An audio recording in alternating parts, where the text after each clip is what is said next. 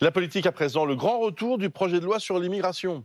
Bon, hier soir, en réunion à Matignon, la Première ministre a demandé au ministre de l'Intérieur, Gérald Darmanin, de relancer des concertations permettant de faire adopter des mesures efficaces et pouvant rassembler une majorité.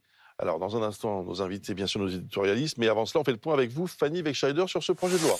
Eh bien, ces concertations demandées par la Première ministre, elles doivent débuter dans les prochaines semaines et elles doivent durer un mois, avec deux horizons fixés par Elisabeth Borne, juillet 2023 et non plus l'automne 2023, pour la présentation de ce texte en Conseil des ministres, une présentation accélérée afin de permettre à l'exécutif de reprendre la main en quelque sorte, étant donné que les Républicains ont annoncé qu'ils allaient déposer deux propositions de loi d'ici l'été sur l'immigration. Deuxième horizon pour la chef du gouvernement, l'automne, mais cette fois-ci pour l'examen au Parlement de ce projet de loi de l'exécutif.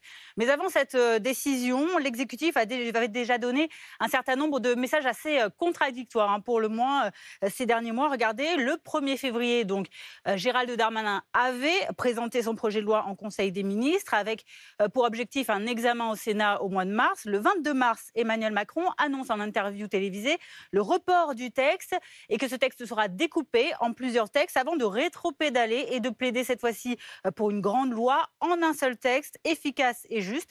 Finalement, le sujet revient sur la table lors de l'allocution présidentielle du 17 avril dernier, dans laquelle le président dit que l'immigration va faire partie des priorités de ces 100 jours pour relancer son quinquennat.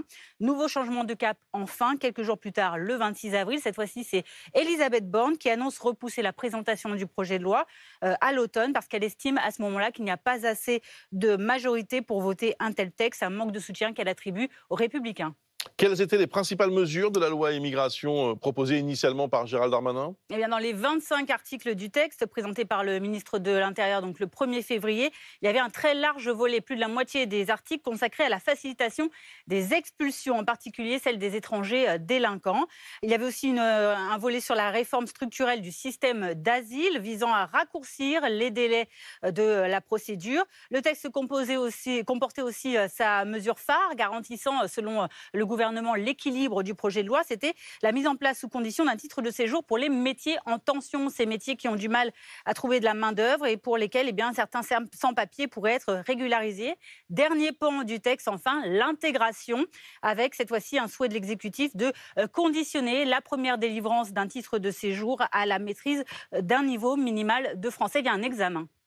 Merci beaucoup, Fanny Wegscheider, pour ces explications.